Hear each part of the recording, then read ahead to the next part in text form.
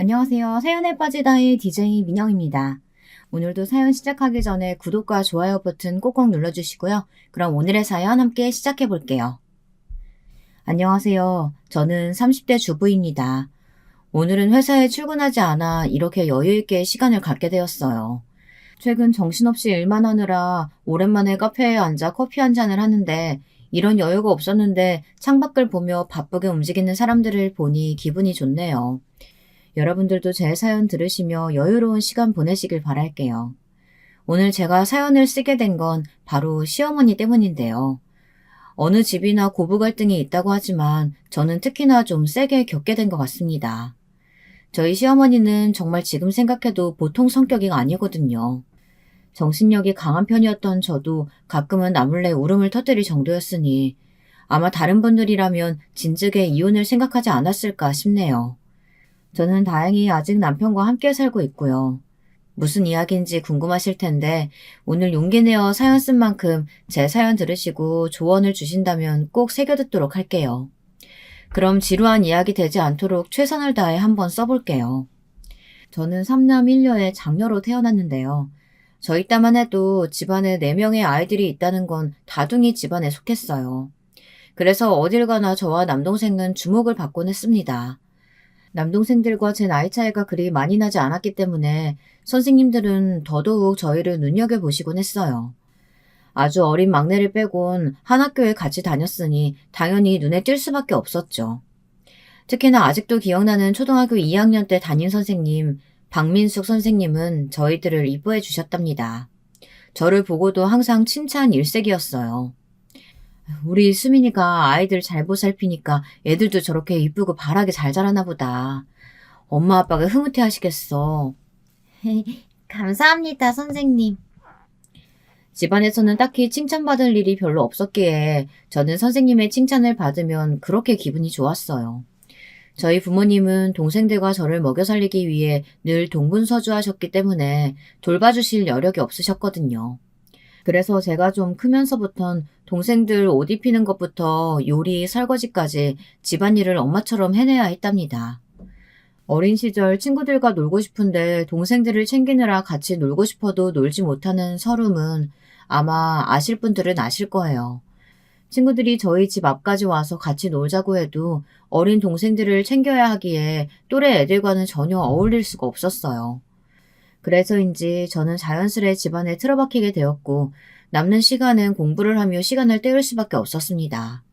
다행히 그 덕분에 성적은 늘 상위권이었고 고등학교에서 대학을 갈 때가 되니 서울의 상위권 대학에 갈 수준이 되어 있었어요. 아이고, 엄마는 우리 수민이가 정말 자랑스럽다. 어쩜 엄마가 하나도 손 안 대고 키웠는데 이렇게 공부도 잘하고 착한 딸로 자라주었나 몰라. 나중에 너 시집갈 때 엄마가 널 어떻게 보내야 할지 벌써부터 눈물이 앞을 가린다.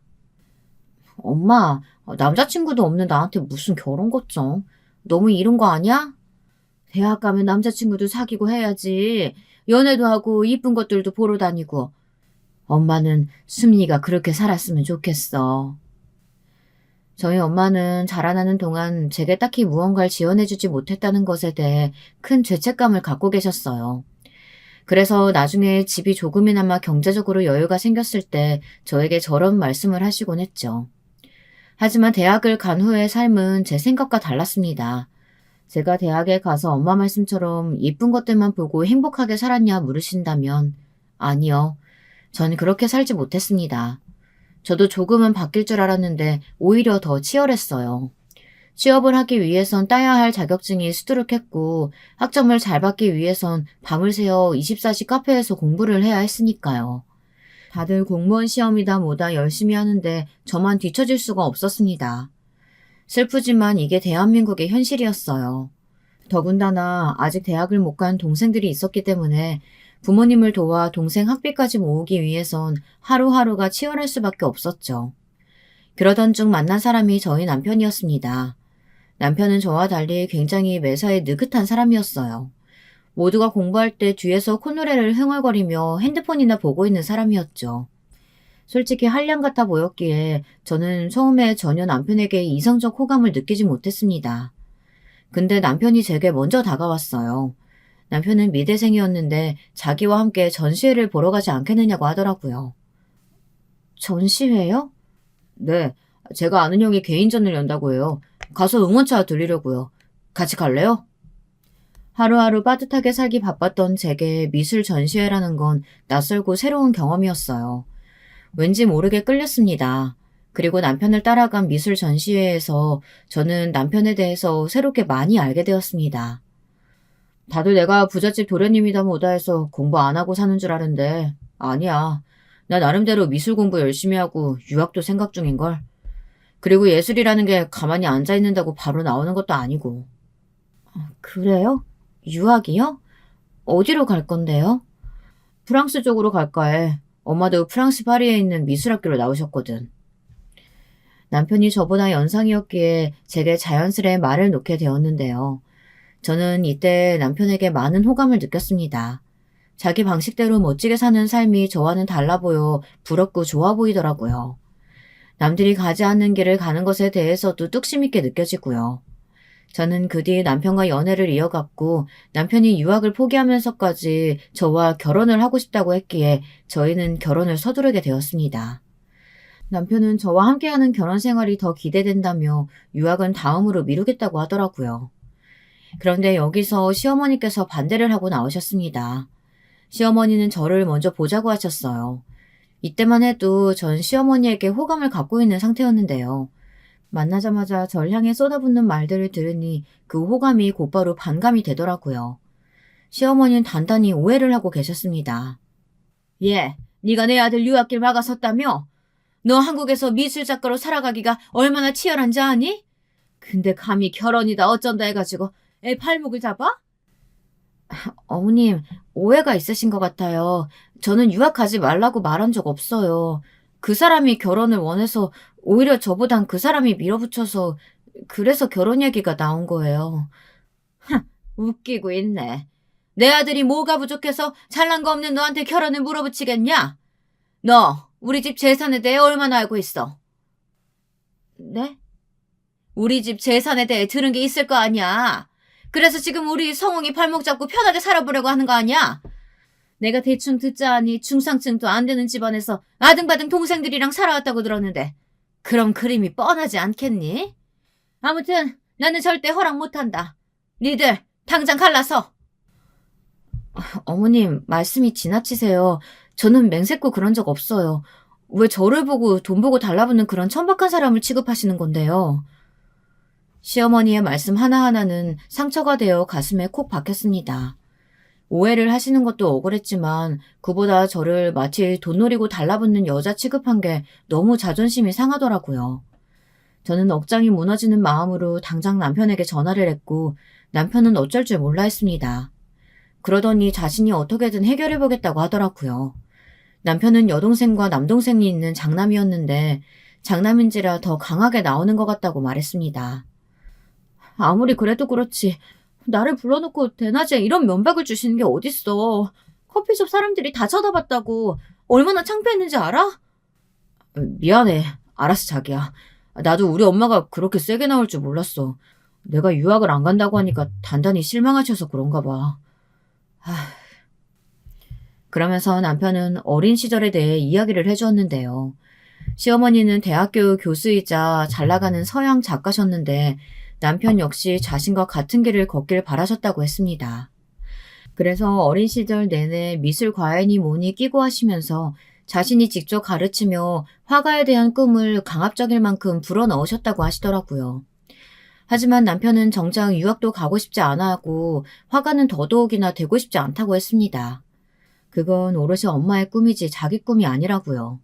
엄마의 욕심을 채우기 위해 자기 인생을 허비하고 싶지 않다고 했죠. 나는 그냥 평범한 회사 다니며 남들처럼 사는 게 좋아. 당신 앞에서는 내가 예술가가 되고 싶다느니 유학 가고 싶다느니 했지만 그거 사실 다 호세였어. 남편의 말은 충격적이었습니다. 그리고 저는 남편의 말을 듣고는 그럼 시어머니에게 그것을 명확히 전달하라고 했지만 남편은 두려워했어요. 끝끝내 말하길 거부하더라고요. 심지어 제게 대신 말해줄 수는 없겠느냐고 부탁했습니다. 내가 그걸 어떻게 말해. 그건 당신이 말해야지. 나는 엄마가 무서워. 우리 엄마 어떻게 나올지 뻔하니까. 그럼 말은 내가 할 테니까 자기가 옆에 있어주면 안 될까? 그럼 덜 무서울 것 같은데. 우리 결혼 허락도 그날 받아내고, 응? 꼭 그러자. 남편의 질긴 설득에 결국 저는 남편과 시어머니와 함께 삼자대면을 갖기로 했습니다. 근데 이때 예상치 못한 의외의 인물이 함께 등장했는데요. 바로 저의 시누이였습니다. 시누이는 바쁜 외국 생활 중 이 일로 한국에 왔다고 하더라고요. 부산스럽게 등장한 시누이는 저를 위아래로 쳐다보더니 대놓고 한숨을 푹 쉬었습니다. 아니, 뭔 일인가 했더니 겨우 이 여자 때문에 이사단이 난 거였어? 엄마, 그냥 결혼 허락해줘. 오빠는 나처럼 미술에 대한 욕심이니 이런 거 일체 없어. 엄마 뒤는 내가 이을 테니까 오빤 자기 편한 대로 살게 하라고. 오빠, 솔직히 말해봐. 오빠도 미술에 대한 욕심 없잖아. 오빠가 뭐 예술가니 뭐니 그런 게 하고 싶어? 아니, 나 욕심은 있는데. 순간 전 겨우 이 여자라는 단어를 잘못 들었나 했습니다. 사람 면전에 대고 할 말은 아니지 않나요? 아무리 제가 싫었다고 하더라도요. 하지만 시누이는 잔뜩 바쁜 티를 내며 계속 남편을 비웃고 동시에 저를 헐뜯었습니다. 근데 여기서 웃겼던 건 화를 낼 줄 알았던 남편이 가만히 기가 주고 고개를 수그리고 있더라고요. 나이가 더 많음에도 불구하고 시누이의 길을 남편이 도통 감당해내지 못하는 것 같았습니다. 옆에서 지켜보던 제가 다 화가 나더라고요. 시누이의 말이 끝나자 시어머니는 남편에게 진지하게 유학에 대한 생각을 물으셨어요. 그러자 남편이 겨우 시어머니 눈치를 보며 더듬더듬 말을 꺼냈죠. 엄마, 나는 유학까진 갈 생각 없어요. 근데 미술은 하고 싶어요. 결혼도 하고 싶고요. 결혼 먼저 하고 그리고 생각해보면 안 될까요? 시어머니는 입술을 꼭 깨물더니 푸르르 떨었어요. 그리고 저를 노려보시는데 눈빛 속에는 많은 것들이 담겨 있었죠. 자기 아들이 일이 변한 데에는 제가 원인이라고 생각하시는 것 같은 속생각들이 저절로 읽혔습니다. 화가 잔뜩 나보였던 시어머니는 의외로 더 난리 떨지 않고 차분하게 정리하셨어요. 다만 그 정리라는 것이 저를 기함하게 했습니다. 그래, 네 의사는 알겠다. 나도 너한테 화가 되라고 강요할 생각은 없어. 그래도 우리 집 수준이 있으니 쟤는 안 되겠다. 엄마가 참한 여자 선자리 놓을 테니까 몇 번 만나보고 그리고 결정해. 알았니? 여기서 또 기가 찼네요. 제가 왜 난생 처음 보는 시누이와 시어머니란 사람들에게 이런 대접을 받아야 하는 것일까요? 도대체 제가 전생에 무슨 죄를 지었길래요. 순간 속이 메스꺼워지면서도 토라도 하고 싶은 심령이 되더라고요. 저는 악을 쓰고 싶은 걸 참고 겨우 진정하며 입을 떼려고 했어요. 그런데 여기서 남편이 먼저 선을 그으며 단호한 태도로 나오더군요. 저도 남편이 이렇게까지 저와의 결혼이 절박했는지 처음 알게 되었어요. 엄마, 안 돼요. 나는 수민이 아니면 결혼 안 해요. 내 생각은 확고해요. 엄마 생각이 확고한 것처럼 나도 그렇다고요. 그러니까 우리 둘 중 누군가 포기해야 할 텐데 난 그게 내가 될 생각은 1도 없어요. 난 수민이 때문에 처음으로 살고 싶다 생각했고 행복했어요. 집에선 한 번도 행복한 적 없던 내가 말이에요. 그러니까 허락해 주세요. 허락 안 해주면 전 인연 끊고 집 밖에 나가 살 거예요. 뭐? 너 그거 지금 진심으로 하는 말이야? 정말 우리랑 뭘 끊겠다고? 적잖이 당황하신 시어머니는 말을 더 못 이었어요. 남편의 극단적인 조치 덕분에 시어머니는 한참을 혼자 부르르 떠시었고요. 시누이도 이날 자기 오빠의 이런 모습은 처음 보는지 멍하게 쳐다만 보고 있더라고요. 네, 엄마랑 연 끊을 거라고요. 그러니까 막지 마세요. 저희 둘 결혼. 남편은 그러고서 제 손을 잡고 일어섰습니다. 마치 영화 같은 엔딩이었죠. 이게 정말 엔딩이었다면 얼마나 좋았을까요? 하지만 그러지 않았습니다. 이건 엔딩이 아닌 또 다른 시작이었어요. 나중에 남편에게 왜 그렇게까지 극단적인 말을 했냐 물으니 남편은 지금껏 어린 시절 동안 엄마와 동생기에 눌려 사느라 자기 할 말은 하지 못하고 살았다고 해요. 밖에서 보이는 여유로운 모습과 달리 집안에서는 늘 위축되고 초라한 모습이었던 거죠. 그래서 한 번이라도, 단 한 번이라도 자기가 원하는 걸 하고 싶었다고 합니다. 그게 저와의 결혼이었고요. 어찌됐든 남편의 극단적 언행으로 결혼은 성사되었지만 시어머니는 결혼 후 저를 잡아먹지 못해 안달이었습니다. 그날의 상황을 다 지켜보았던 시누이 또한 마찬가지였죠. 마치 둘 다 제가 남편을 조종해서 그런 일을 시킨 것 마냥 저를 보고 있더라고요. 시누이는 틈만 나면 저를 꼬리 100개 달린 불엿이라고 뒷담화를 했고 시어머니는 어떻게든 저를 쫓아낼 궁리를 하셨죠. 하지만 전 이 또한 지나갈 거라고 믿었습니다. 제가 아이를 낳고 남편과 행복하게 사는 모습을 보여준다면요. 남편도 저도 아이를 빨리 가지고 낳길 바랬는데 워낙에 둘 다 아기를 좋아했던지라 기대가 컸습니다. 근데 기대가 크면 실망도 크잖아요. 꾸준히 노력하는데도 임신이 잘 안 되더라고요. 나중에 난임 병원까지 찾아갔는데 병원에서는 저와 남편 둘 다 건강에는 이상이 없으니 지켜보자는 말을 일단 하시더라고요. 초조했지만 어떻게든 초조함을 들키지 않기 위해 노력하는 기분으로 저는 매일 일상을 살았습니다. 남편 역시 마찬가지였고요. 기다린 만큼 예쁜 아기가 생길 거라며 밤마다 지친 저를 위로해 주었어요. 그런데 여기에 불을 지핀 사람이 있었으니 바로 시어머니였습니다. 시어머니는 아까 말씀드린 것처럼 유학파에 미대 교수까지 하고 계시는 분이었잖아요. 게다가 시아버지가 일찍 돌아가셨지만 부유한 친정 덕에 한 번도 궁핍하게 살아보신 적이 없는 분이었습니다. 늘 집안엔 가정부가 상주해 계셨고 손에 물 한 방울 안 묻히고 살아오신 그런 분이었죠. 교양이니 뭐니 이런 걸 가장 중요하게 생각했고요. 그런데 제가 아이를 못 낳고 있자 이런 말씀을 하시더라고요. 갑자기 어느 날 저를 시댁으로 부르셨습니다. 거기엔 얄미운 시누이도 함께 있었죠. 두 사람은 제가 들어오자마자 차갑게 표정을 굳히더니 의미심장한 눈짓을 주고받았어요. 너 요즘 애 안 생긴다며? 우리 아들한테 들었다. 내가 이럴 줄 알았다. 그래서 애초부터 너를 들이지 말아야 한다고 생각했던 건데. 곰곰이 생각해봤는데 너 애고 뭐고 그 전에 나한테 교양 수업이나 받아라. 어차피 안 생길래 욕심 부리지 말고 그 시간에 책을 읽든지 뭐든 하란 말이야. 교양 수업이요? 어머님한테요? 맞아, 새언니. 엄마 말 들어요. 저번에 보니까 미술사에 대해선 하나도 모르더라고요. 언니, 우리 집안은 다른 집안과 격이 달라요. 언니가 드라마에서나 보는 그런 유치한 재벌집이 아니고요. 우리 아빠도 돌아가시기 전까지 학자셨고 엄마도 나도 유학파라고요. 이 집에선 큰오빠 빼고 다 유학 갔다 온 사람들인데 언니도 뭐라도 해야 되지 않겠어요? 격이 다른 사람 맞아줬으면 언니도 수준을 맞추려고 노력은 하셔야죠. 그래야 엄마는 하나 덜 쪽팔리죠. 시어머니는 웃기게도 저한테 교양 수업을 받으라고 하시더라고요. 시누이는 격하게 동조했고요. 둘이서 작당모의 한 것이 바로 그것이었습니다. 그러면서 어머님은 자기가 책 목록을 몇 개 썼으니 그걸 다 읽고 느낀 점을 써오라고 하더라고요. 이건 거의 초등학생 숙제나 다름없었습니다. 거기다 책 목록을 보니 영어 원서들이더라고요. 기분이 나빴고 무엇보다 바쁘게 회사 일을 하고 있었던지라 사실 시간은 없었지만 괜히 목록을 보니 오기가 생겼습니다. 다들 제가 영어를 못할까라고 생각해 비웃으려고 내놓은 숙제였지만 전 잘할 자신이 있었거든요. 당시 제가 부모님이 일구고 계시는 회사에서 맡은 업무도 해외 영어 파트였고요.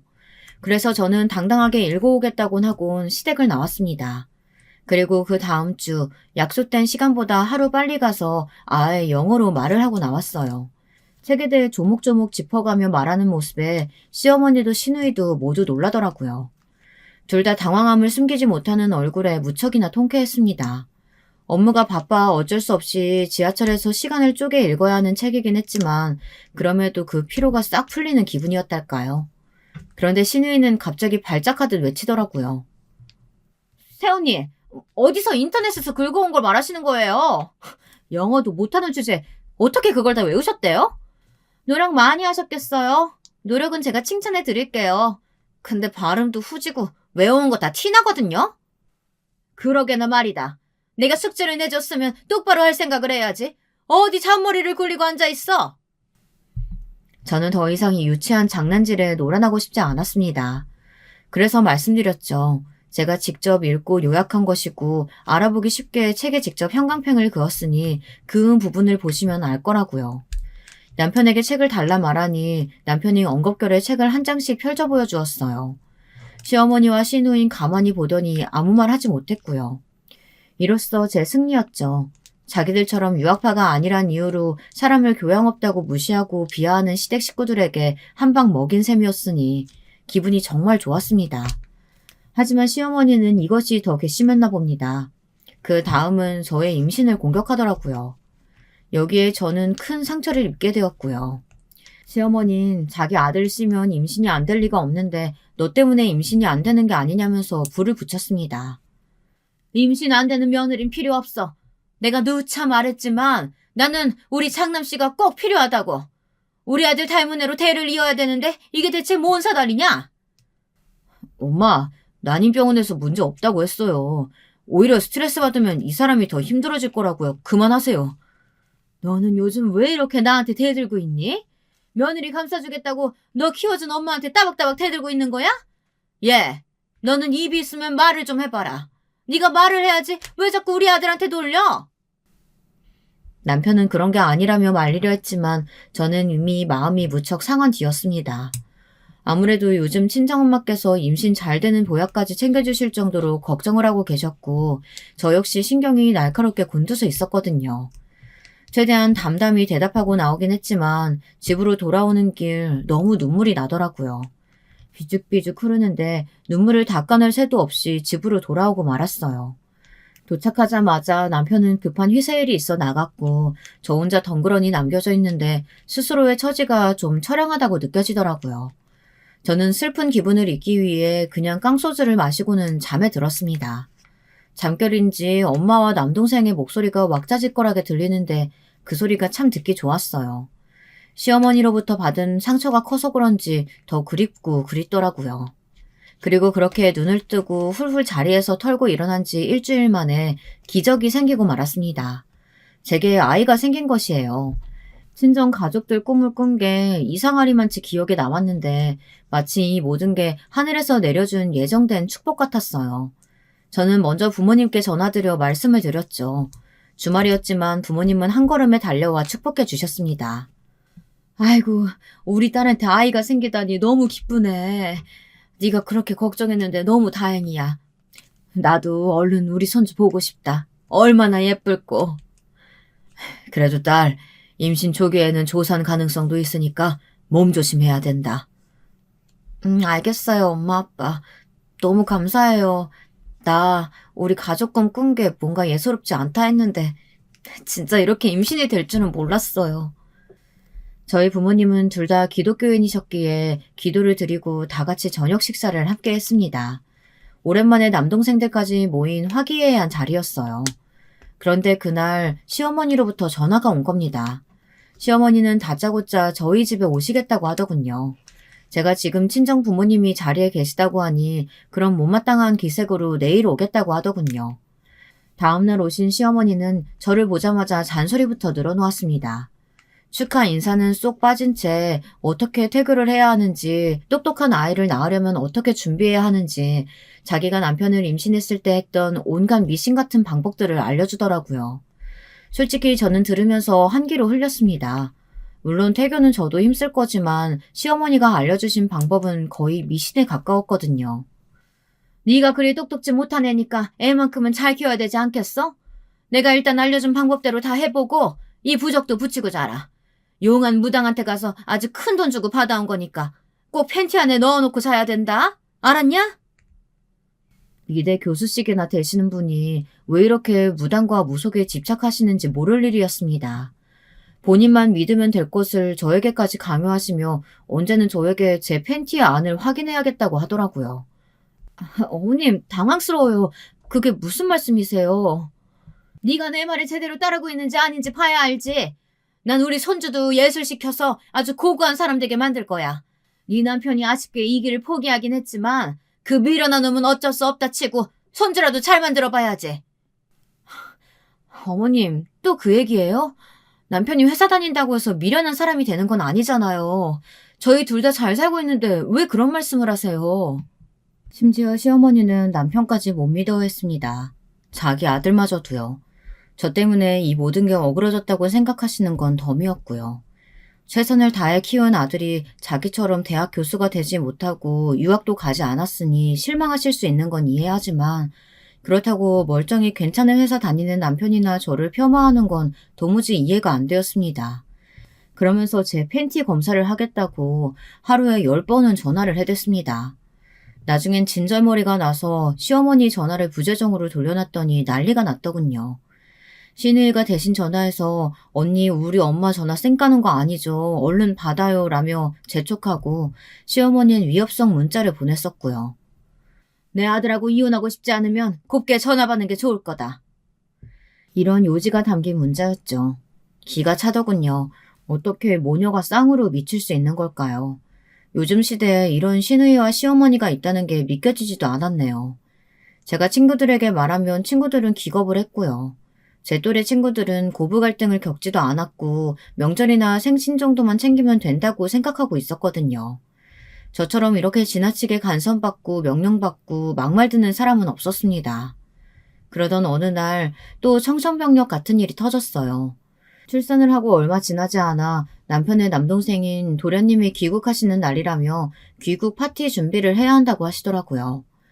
저는 당시 친정엄마가 와서 도와주시고 계시긴 했지만 아직 어린 아이를 데리고 가는 건 조금 무리일 것 같았습니다.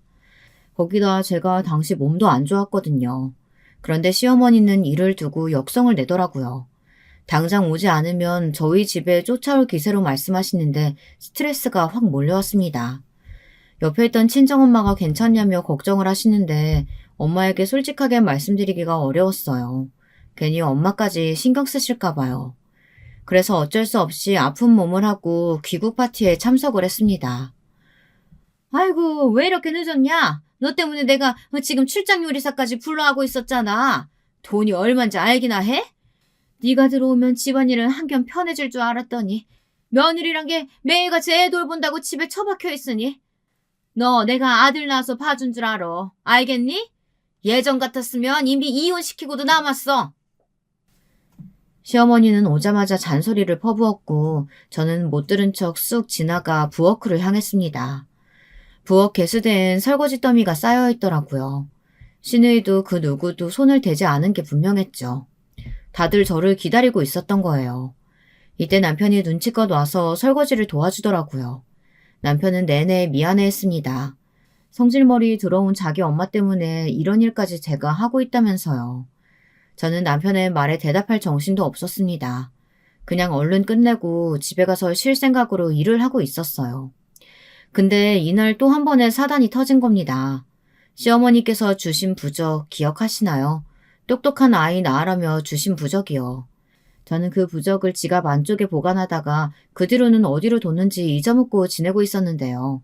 시어머니가 제 가방을 몰래 보시다 그 부적을 발견하신 겁니다. 근데 부적의 형태가 조금 찢겨져 있었나 봐요. 이게 뭐야?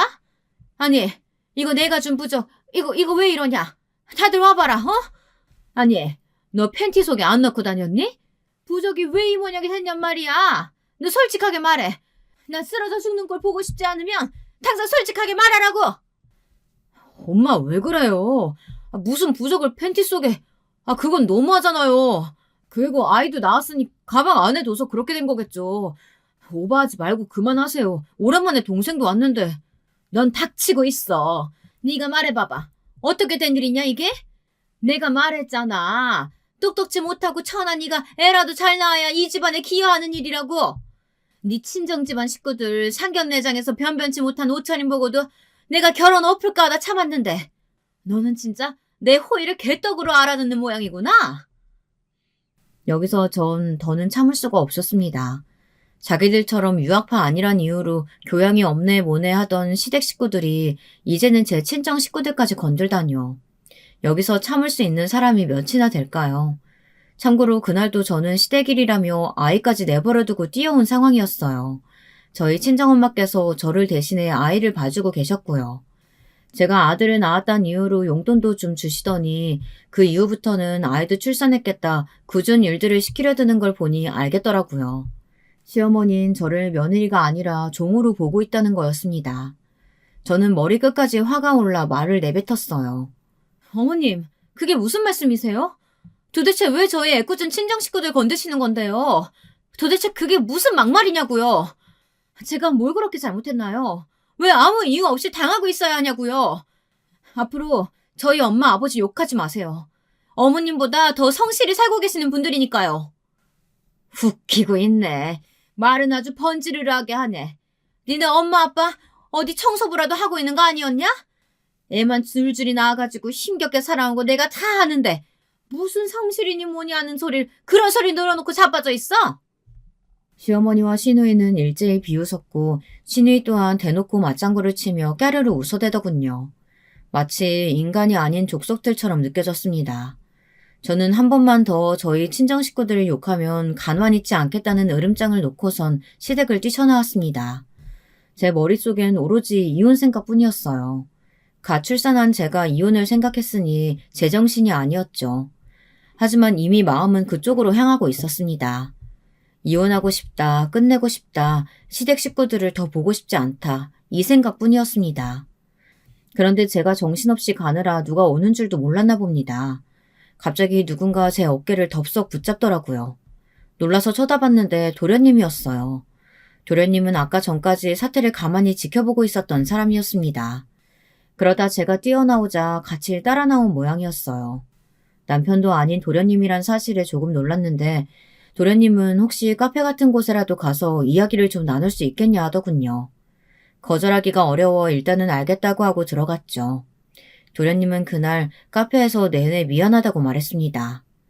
무겁게 한숨을 쉬더니 저보고 면목이 없다며 시어머니가 해야 할 말을 대신하더라고요. 남편에게 들어 도련님의 심성이 착하고 바른 사람이라는 건 알고 있었습니다. 어렸을 때도 시어머니의 등살에 남편이 아무 말 못하고 있으면 동생이 나서 대신 대들어주기도 하고 학교에서 왕따를 당하고 있을 때도 동생이 교실로 찾아와 주었다고 했습니다. 그렇기에 남편도 도련님을 많이 신뢰하고 있었고요. 또 의지하고 있다고 했어요. 저희 결혼식 날도 어렵게 참석했던 도련님은 저보고 형을 데려가 주셔서 감사하다며 시댁 식구들 중 유일하게 환하게 웃어주신 분이었습니다. 저에게 가장 잘 대해준 사람이었죠. 아니에요. 도련님 잘못도 아니고 오히려 이렇게 말씀해 주셔서 감사해요. 마음이 조금 풀리네요. 제가 다 죄송합니다. 되돌릴 수 있는 방법이 있다면 어떻게든 하겠는데 제가 그래도 앞으로 어떻게든 어머니 잘 단속해 볼게요. 아까 상처 많이 받으셨을 텐데 마음 풀어주셨으면 좋겠어요. 도련님의 따뜻한 말에 이날은 정말 조금 마음이 풀렸습니다. 도련님은 내내 저를 붙들어 놓고 이런저런 말을 해주며 기분 좋게 만들어주려고 애썼죠. 사실 시어머니 때문에 이미 많이 마음이 상한 뒤이긴 했지만 그래도 내 편이 생겼구나라는 생각이 들어 마음이 든든하긴 했습니다. 그 후 저와 도련님 사이는 전보다 조금 더 돈독해진 것 같습니다. 도련님도 힘든 유학 생활을 끝내고 나서 마땅히 한국에 발붙일 곳이 없어 당황하던 중이었는데 제가 가끔 남편과 함께 술친구가 되어주기도 했고 도련님도 저희 아들을 워낙에 이뻐해서 선물도 자주 사들고 찾아왔어요. 남편의 시댁의 방패막이가 되어주지 못하는 곳에 도련님은 따끔하게 야단을 치기도 해주었어요. 마치 시아버지 같았달까요? 형, 원래 중재는 형이 해야 되는 거야. 우리 어머니 성질이 보통 까탈스럽고 예민해. 형이 중간에서 잘 막아줘야 형수님이 편하신 거라고. 형 너무 물러 터졌어. 내가 보니까 그래. 알겠다. 나도 노력해볼게. 그래, 형이 잘해줘야 형수님이 편하시지. 이런 도련님의 기가 막힌 대처에 남편도 또 한 번 마음을 굳게 먹은 것 같았습니다. 그 뒤로는 명절이나 생신 아니면 일절 시댁에 발을 끈차고 먼저 말을 해주었고 시어머니 생신도 제가 영 내키지 않으면 가지 않아도 된다고 하더라고요. 그 마음이 참으로 고마웠습니다. 저는 그 용기에 힘입어 시댁에 단호하게 선언했죠. 요즘 시대에 시어머니가 이렇게 달달 며느리 볶는 건 말도 안 되는 것 같고요. 전 천하다는 말 들으면서 계속 시댁살이 할 생각 없네요. 앞으로 어머님께서 저를 이런 식으로 대하신다면 남편도 저도 시댁에 갈 생각 없습니다. 남편도 동의했고요. 뭐라고? 얘 성웅아, 얘가 한 말 진짜니? 얘가 뭘 잘못 먹은 거지? 엄마, 이 사람 말 한치의 거짓 없이 다 진실이에요. 엄마가 이 사람 가정부 종로로 취급하시는데 저라고 기분 좋겠어요? 어릴 때요 엄마에게 지고 살았지만 이 사람 덕분에 깨달았네요. 제가 그러고 살 필요 없다는 걸요. 아무튼 엄마도 이 사람에게 사과해 주시고 안 그러실 거면 전 안 올 거예요. 제가 세게 나가자 시어머니는 분하다는 듯 고래고래 소리를 질렀고 저와 남편은 받아들이지 않겠다는 뜻으로 알아듣곤 시댁을 나왔습니다. 연락도 받지 않았어요. 그 뒤 저는 저대로 아이를 키우며 열심히 살았고 저희 어머니 아버지 회사가 무척 커지고 있는 중이라 남동생들 모두 회사에 투입되어 일에만 열중하고 있었습니다. 가끔 제 도움이 필요할 때면 어쩔 수 없이 아이를 맡겨두고 회사에 가서 도와주었죠. 그리고 아이가 조금 자랐을 때 저는 회사의 어엿한 대표가 되었습니다. 부모님들도 회사를 일군데 제 공이 크다며 제게 맡기고 싶어 하셨고요. 시댁과의 연을 거의 끊고 살았지만 행복했어요. 도련님 덕분에 집안에 좋은 변화가 찾아온 것 같아 무엇보다 정말 감사했고요. 그러던 어느 날 도련님에게 여자가 생겼다는 소식을 들었습니다. 도련님이 저희에게 제일 먼저 알려주었고요. 사이가 돈독했던지라 도련님에게 어떤 여자인지 너무 궁금하다고 했더니 사진을 보여주더군요. 사진으로만 봐도 이쁘고 참해 보였습니다. 내과 의사라고 했는데 도련님이 정기검진을 받고 간단한 이상징후가 발견되어 치료를 받다 눈이 맞았다고 하더라고요. 사진으로만 봐도 차분하고 똑부러진 도련님과 너무 잘 어울렸죠. 그런데 어딘지 낯이 익었어요. 어디서 봤는지 모르겠지만 기시감이 들어 혼자 골똘하게 생각하게 되더라고요. 어디서 봤는진 모르겠지만 익숙한데 내 직장에서 일하시는 분은 아니고 누구지? 분명 본 것 같은데. 남편은 길 가다 마주친 사람이겠거니 하고 넘어갔어요. 하지만 전 느낌이 이상했습니다. 그리고 그걸 확인할 길이 오고야 말았죠. 어느 날 의사 동서가 시댁에 첫인사를 온다고 시모가 저를 소환하더라고요. 역시나 이런 날이 올 줄 알았는데 막상 온다고 하니 기분이 묘했습니다. 물론 시어머니와 시누이를 보는 건 싫었지만 동서를 처음 만나는 거니 최대한 반가운 마음으로 가려고 했어요. 시댁은 제가 오기 전부터 이미 잔칫집 분위기였습니다. 시어머니는 제게 의사동서 소고기 구워줘야 한다면서 소고기를 사오라고 하더군요. 꼭 빼먹지 말고 사와. 무조건 최고급으로. 알았어? 으유, 의사동서 오니까 옷 최대한 고풍스럽게 입고 오고. 또 전처럼 시장 옷 입고 오면 집안에 수치다. 내쫓을 줄 알아. 와서 쓸데없는 말 하지 말고 가만히 쥐죽은 듯 앉아있고. 널 장롱 안에 안 집어넣은 게 다행인 줄 알아라. 그 말을 듣는데 문득 시어머니를 처음 본 날이 떠올랐습니다.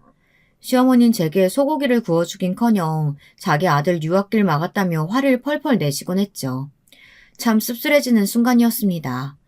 사람이 아무리 직업 앞에서 돈 앞에서 작아진다고 하지만 시어머니는 제가 아들을 낳고 며느리가 된 이후에도 단 한 번도 친절하거나 다정하신 적이 없었죠. 그렇게 전 이런저런 생각을 하다 시댁에 도착했습니다. 근데 막상 도착하고 나서 제 손에 아무것도 들려있지 않다는 걸 깨달았어요. 현관문을 열고 들어서는 순간 시어머니는 제 손에 들린 비닐봉지가 아무것도 없다는 걸 깨닫고는 길길이 날뛰기 시작했습니다. 아이고, 지금 판 준비하고 마늘이랑 다 준비해놨는데 소고기를 안 사오면 어쩌자는 거야? 너 지금 제정신이냐? 아, 잠깐 딴 생각하다 깜빡했어요. 지금 가서 제가 사올게요. 어디 후미진 동네 정육점에서 사오려고? 우리 집 수준이 뭐가 되겠어? 아이고, 이 멍청한 년 같으니라고. 이거 하나 제대로 못해? 도대체 넌 잘하는 게 뭐냐? 하여튼 엄마, 그러길래 내가 인터넷에서 주문한다 했잖아. 아, 왜 멍청한 새언니를 시켜? 엄마, 제가 사올게요. 사오면 되지 왜 그러세요? 너도 조용히 못해? 뒤이어 들어온 남편이 상황을 알고는 자신이 사오겠다고 말했습니다. 서방님 역시 말리려고 들었고요. 그런데 그 순간 시어머니는 자기 분에 못 이겼는지 손을 들어올려 제 뺨을 치고 말았습니다. 불이 붙은 듯 뺨이 뜨거워지고 그 다음엔 얼얼해지는데 이게 도통 무슨 상황인지 판단하기 힘들었습니다. 순식간에 분위기가 차가워졌어요. 무슨 짓이냐는 남편의 고함 소리가 들렸고 서방님 역시 시어머니에게 뭐라고 말하고 있었죠. 뺨을 맞은 충격 때문에 전 이 모든 것들이 멀리서 들려오는 것처럼 느껴졌습니다. 하지만 곧이어 열어진 현관문으로 누군가 조심스레 문을 밀고 들어오더군요. 누구인진 바로 알아볼 수 있었습니다. 사진으로 봤던 동서였어요. 어머, 대표님! 제가 뺨을 부여잡고 있는 사이 동서가 제 직함을 부르더군요. 그제야 전 동서를 어디서 봤는지 알 수 있었습니다. 저희 회사가 의료기기를 파는 회사인데 동서네 병원에 한번 들른 적이 있었더라고요. 제 직함을 부르는 소리에 시어머니는 영문을 모르는 표정으로 저와 동서를 번갈아 쳐다보았어요. 대표라니? 누가 대표야? 얘가? 아니, 얘는 월급쟁인데 무슨... 맞아. 멍청한 새언니가 무슨 대표야. 대표 아무나 해? 엄마, 이제야 말하네요. 이 사람 부모님과 함께 가업 이어가고 있어요. 큰 회사고 엄마는 상상도 못할 만큼의 수입을 벌어들이고 있고요. 그런데도 이 사람을 무시하셨죠? 엄마가 뭐라고 이 사람을 무시해요? 시어머니는 자기 아들이 한 말도 못 믿겠는지 저를 한 번 더 쳐다보셨습니다. 저는 말을 못 잇는 시모를 보며 말을 이어갔습니다. 이제야 기억나네요, 동서. 만나서 반가워요. 근데 지금 상황이 좀 그래서요. 어머니랑 말 좀 할게요. 어머님, 제가 대표라고 하니 많이 놀라셨나 봐요. 대표라 하든 월급쟁이라 하든 달라질 건 없는 것 같아 말씀 안 드렸는데 이럴 줄 알았으면 진즉 말씀드릴 걸 그랬네요. 제가 진실을 말했음에도 불구하고 시어머니와 시누이는 계속해서 서로를 쳐다보며 못 믿겠다고 하더군요. 그의 남편이 그럼 인터넷에서 제 회사 이름을 검색해보라고 하더군요. 남편의 말에 시어머니는 핸드폰을 들고 와 정말 제 회사 이름을 검색했습니다. 그리고 인터넷에 있는 뉴스를 발견했죠. 그것도 제 인터뷰가 담긴 뉴스를요. 시어머니의 눈이 경악으로 커졌습니다. 제가 어떤 신문사와 인터뷰한 내용이 담겨있는 기사를 천천히 읽으시더니 이 모든 것이 사실이라는 걸 알게 되었는지 시어머니는 무릎을 털썩 꿇리더라고요. 너무도 자연스럽게 말입니다. 시누이 역시 뉴스 기사를 읽더니 말을 잇지 못하고 눈물만 줄줄 흘리더군요. 저는 그 두 사람을 보며 악마의 눈물이 저런 것이겠거니 생각했습니다. 저기 아가야, 내가 오해한 것 같구나. 오해할 거 없어요. 풀 것도 없고요. 저는 말씀드린 대로 다시 시댁과 연 이어갈 생각 없고 어머님과도 영원히 안 볼 생각이에요. 어머님 손주도 앞으로 보실 일 없을 거예요. 아가씨도 마찬가지고요. 시어머니와 시누이는 제가 나갈 때까지 멍하게 저를 쳐다만 보고 있었습니다. 동서는 나중에 저에게 전화해 무슨 일이냐며 조심스럽게 묻더라고요. 저는 시댁에서 겪었던 일을 동서에게 소상히 말해주었어요. 서방님은 좋은 분이나 시댁은 이런 곳이니 동서도 알고 있어야 할 것 같아서요. 후에 시어머니와 시누이는 싹싹 빌러 저를 찾아왔습니다. 남편에게 들어 저희 회사 주소까지 알아 찾아왔더라고요. 하지만 이미 모든 이야기를 들은 친정 부모님은 냉정하셨죠. 여기 사돈 오실 곳은 아닌 것 같은데요. 나가세요. 제가 잘못한 게 많아서 찾아왔어요. 지은 죄가 많아서 우리 며느리에게 꼭 사과하고 싶어서요. 저는 그저 우리 며느리가 저 용서해줬으면 좋겠다 싶은데 얘 마음이 도통 안 풀려서 저도 마음이 안 좋네요. 그럼 진즉 잘하셨어야죠. 지금 와서 이러면 뭐합니까? 저희 딸은 지금 이혼까지 생각하고 있습니다. 그러니 나가세요. 이제 아무 사이도 아닌데 왜 여기 와서 영업방해를 해요? 경비원님, 이분 모시고 나가주세요. 저희 엄마는 이미 화가 많이 나셔서 경비원을 불렀습니다. 경비원이 시어머니를 내쫓으려고 했지만 시어머니는 교양이고 뭐고 잊어버리셨는지 끝까지 건물 앞을 버티고 계셨습니다. 왜 그토록 버틴겼는지 나중에 이유를 알고 보니 시어머니께서 시누이와 한창 사치 쇼핑이며 여행 다니느라 돈을 많이 탕진하셨더라고요. 그래서 의사동서가 들어온다고 했을 때 한몫 챙길 수 있겠다 싶어 기뻐했던 것이었고요. 그 사실까지 미처 몰랐던 서방님은 큰 충격을 받아 동서와 결혼은 진행하되 시댁과는 연을 끊겠다고 하셨습니다. 시어머니는 동시에 두 자식을 잃게 생겼으니 난리가 나셨고요. 서방님이 자취하는 집 앞까지 찾아가서 울며 불며 엄동사련에 빌고 난리가 났답니다. 근데 동서가 굉장히 단호했나 봐요. 동서는 제게 시어머니에 관련된 이야기를 듣고는 시댁과 연 끊은 게 아니면 결혼하고 싶지 않다고 못을 박았다나 봐요. 서방님도 이미 시댁에 질릴 만큼 질린지라 동서 의견에 따르겠다고 했고요. 저도 이 사건으로 깨달은 게 많았던지라 남편에게 앞으로 우린 우리대로 살면서 한 가지 약속을 하자고 했습니다. 여보, 나는 앞으로 당신과 우리 아들 키우면서 절대 시어머니나 시누이에겐 연락하지 않을 거야. 돈 없다고 머리에 든 거 없다고 무시하는 사람들과는 다시는 섞이고 싶지 않아. 당신이 그거 약속해주지 않으면 난 당신과 갈라서는 게 나아. 그러자 남편은 약속해주겠다며 저와 합의했습니다. 현재 저는 아들 잘 키우고 초보맘으로 고군분투하고 있습니다. 회사 역시 승승장구하고 있고요. 저와 저희 부모님이 열심히 하신 만큼 앞으로 제 삶이 남은 날까지 계속 성공하는 회사로 키우고 싶답니다. 저의 남은 삶 응원해 주시면 감사하겠습니다. 그리고 지금까지 들어주셔서 감사하고요. 날씨가 추우니 다들 감기 조심하시고 든든히 옷 챙겨 입고 다니세요. 만약 혹시라도 저처럼 고부 갈등이 있는 젊은 주부분들이 있다면 자신의 삶을 먼저 우위에 두셨으면 좋겠습니다. 무엇보다 내가 행복하고 편안해야 아이도 행복하고 가정이 평안하니까요. 시어머니를 신경 쓰고 참아주고 살기엔 인생이 너무 짧다는 생각이 드네요. 우리 짧은 인생 아깝게 쓸데없는 신경전으로 소비하지 말고 행복하게 살자고요. 다들 올 한 해 행복한 일 모두 가득하시길 바랄게요. 저와 다른 분들의 사연 들으면서 조용히 응원하고 있겠습니다. 그럼 이만 글을 줄이겠습니다. 여러분, 두 번째 사연 시작하기 전에 좋아요, 구독 꼭 눌러주실 거죠? 그럼 두 번째 사연 바로 시작합니다. 40대 여성 사연자분께서 보내주신 이야기예요. 결혼 후에 겪으신 일을 적어주셨는데요. 영원한 비밀은 없다는 표현이 떠오르는 이번 사연. 지금 저랑 만나보실까요? 안녕하세요. 저는 제 이야기를 사연으로 써보고 싶어서 사연에 빠지다를 자주 기웃거렸던 사람이랍니다. 그러다가 어느 날은 하도 잠이 안 와서 새벽에 사연에 빠지다에 올라온 사연들을 연속 재생시켜놓고서 라디오 삼아 잠자리에서 다 들어봤어요. 이미 다 시청해본 영상들이었음에도 그렇게 틀어놓으니까 다시 느낌이 색다르더라고요. 그러면서 문득 저는 그런 생각이 들었습니다. 세상에는 참 이상한 사람들 많고 심보를 못되게 먹는 사람들은 대체로 그 결이라는 것이 비슷하다는 생각이 들었어요. 어떤 사연을 접하면서는 제 시댁 식구들이 자연스레 떠오르더라고요. 저뿐만 아니라 아마도 많은 기혼자분들이 살면서 한 번쯤은 하셨을 생각일 텐데요. 만일 내가 이 결혼을 하지 않았다면 인생을 얼마나 더 다르게 살 수 있었을까, 이런 의문을 저는 몇 차례 품었었네요. 결혼에 대해서 후회가 드는 점들이 많았다는 이야기겠지요. 저는 40대 유부녀입니다.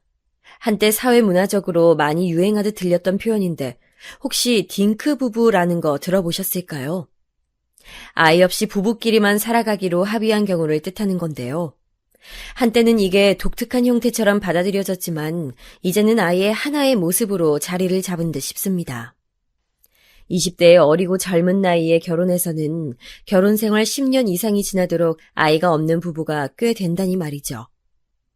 저는 일찍이 이 딩크라는 것에 관심이 많았어요. 개인적으로 제가 아이를 별로 그렇게까지 좋아하는 사람이 아니기도 했거니와 저의 친척 언니 한 명이 출산 후유증으로 호되게 고생하는 것을 지켜본 후로는 출산에 대한 막연한 두려움도 있었던 것 같습니다. 제가 20대 후반의 나이에 만나서 진지하게 연애를 시작했던 남편도 저와 생각이 비슷한 사람이었어요. 나랑 친하다고 말했던 대학 선배 형 있지? 결혼한 사람도 나랑 원래 안면이 있던 누나고. 그런데 그 형 부부가 작년에 아기 낳았거든? 아, 오빠가 저번에 나한테 사진도 보여줬었잖아. 딸이라고 아기 사진 나한테 보여줬던 게 그 집이었어? 맞아, 기억하는구나. 원래 그 형이 풍족하진 않아도 어렵지 않게 살던 집이었는데 애 태어나고 나서 아주 형편이 힘들어졌대. 처음엔 쉬쉬해서 몰랐는데 애가 선천적으로 어디 기관이 아프다나 뭐라나. 그래서 치료비 미친 듯이 깨졌다더라. 출산하고 나서 그 누나는 우울증으로 가뜩이나 고생하고 있는 와중에 애까지 아파버리니까는 그 형이 아주 죽을 맛이래. 자기 자식이니까 어쨌든 애는 예쁜데 솔직히 다시 시간을 되돌린다면 애를 안 낳을 거라고 하더라. 결혼하고 나서 충분히 신혼생활 즐기다가 애를 가진 거였는데도 후회가 된대. 돈을 더 모으고 상황이 안정적으로 된 다음에 애를 가졌어야 했다고. 세상에, 그 집이 그런 사정이 있었구나. 아, 그런데 그 형이란 분하고 오빠가 1살 차이 아니었어? 남자치고는 그 형분이 일찍 결혼을 했었나 보네? 뭐 그런 셈이지. 요즘에 남자 나이 26살에 결혼하면 이르다고 하니까. 아, 그런데 그 누나 쪽이 연상이라. 여자 나이가 28살이었으니 그때는 결혼하기에 시기는 적당하다고 생각했었나 봐. 오빠, 우리는 결혼하더라도 아이 갖는 것만큼은 정말 신중하게 생각하고 의논하기로 하자. 내가 아이 낳는 것에 별로 마음이 안 열려 있다는 건 이제 오빠도 충분히 알고 있을 거라고 생각하고 있어. 그럼 당연하지. 나도 네 의견에 전적으로 동의해. 주변 여러 케이스를 보거나 우리 양가 집안 경제적 수준이라든지 우리 소득을 냉정하게 따졌을 때 섣불리 아이를 갖는다는 건 어쩌면 모두에게 불행이 될 수도 있을 것 같거든. 대략 이런 식으로 저와 남편의 생각이 흘러갔었습니다. 그래서 저는 남편하고 결혼하면서 설마하니 이세 문제 가지고 트러블이 일어날 거라고는 생각지 못했었어요. 참고로 시댁이랑 친정이랑 경제적 수준은 비슷비슷했고요. 저는 나이 차이가 많이 나는 친언니가 한 명 있는데 나이도 많이 차이가 날 뿐더러 친언니가 대학을 입학함과 동시에 집에서 나가 혼자 자취를 하며 살았고 취업하며 결혼을 할 동안에도 그랬었기 때문에 저는 친언니와 애틋하게 친한 자매의 정이 없었답니다. 저는 스스로 제가 외동딸이라고 생각이 자주 들었었고 실제로 제 친구들 중에서는 저를 외동으로 알고 있는 친구들도 꽤 있었을 정도였죠. 반면에 남편에게는 여동생이 한 명 있는데 남매가 고작 1살 차이였습니다. 연년생인 거죠. 그래서 그런지 둘이서 어렸을 때는 엄청나게 치고받고 싸웠으며 사춘기 시절에는 냉전을 겪었다가 둘 다 성인이 되고 나서부터는 사이가 그냥 무난해졌다고 했습니다. 저랑 남편이 결혼했을 때 이 시누이에게도 결혼할 상대가 있었어요. 저희 결혼식이 끝나는 대로 시누이의 결혼 문제가 진행될 거라고 들었습니다. 언니, 결혼 축하드려요. 이로써 저희가 한 가족이 된 셈이네요. 축하해줘서 고마워요. 나 주려고 어제 작은 꽃다발 사왔다면서요. 엇갈려서 어제 직접 받진 못했지만 꽃이 너무 예쁘더라고요. 네, 전 아무래도 아량이 넓은 사람이니까요. 비록 새언니가 돈이 많은 사람도 아니고 인물이 빼어난 사람도 아니지만 특출난 재능 하나 없다고 해서 그걸로 저는 사람 차별하지 않거든요. 별로 시집살이 시킬 생각도 없고요. 네? 저랑 잘 지내고 싶다는 뜻으로 받아들일게요. 그러실 것까진 없고요. 그냥 저희 오빠랑 둘이서 싸우지 말고 잘 지내기나 해주세요. 저희 오빠 성격이 원체 희한한 걸 동생인 저는 알고 있거든요. 그러니까 세연이가 앞으로 인내심 가지고 부디 잘 이겨내시길 바랄게요. 신우이야말로 성격이 참 희한한 것 같았습니다. 자기 오빠를 흉볼 게 아니라 자기 자신부터 스스로 점검해야 할 것 같았지요. 이제 결혼한 자기 새언니한테 저런 식으로 비꼬듯이 말하는 사람이 세상 천지 어디에 있답니까? 하지만 당시에 저는 시누이도 머지않아 결혼을 할 참이었으니 여러모로 심란하고 예민한 시기라고 생각을 했어요. 그리고 저랑 나이가 동갑이었지만 제가 손윗사람이라 저를 새언니라고 부른다는 게 시누이로서는 기분이 별로일 수도 있겠다는 짐작도 들었었고요. 사실 시누이가 결혼 전에 저한테 서로 그냥 야, 너 하면서 말을 놓자고 제안을 딱 한 번 한 적이 있었는데 제가 거절했었습니다. 그렇게 동갑 호칭으로 가기에는 아직 시누이와 너무 어색하고 친하지 않았던 데다가 괜히 성질 있으신 시어머니에게 책 잡힐 거리를 제공하는 것은 사양이었기 때문이죠.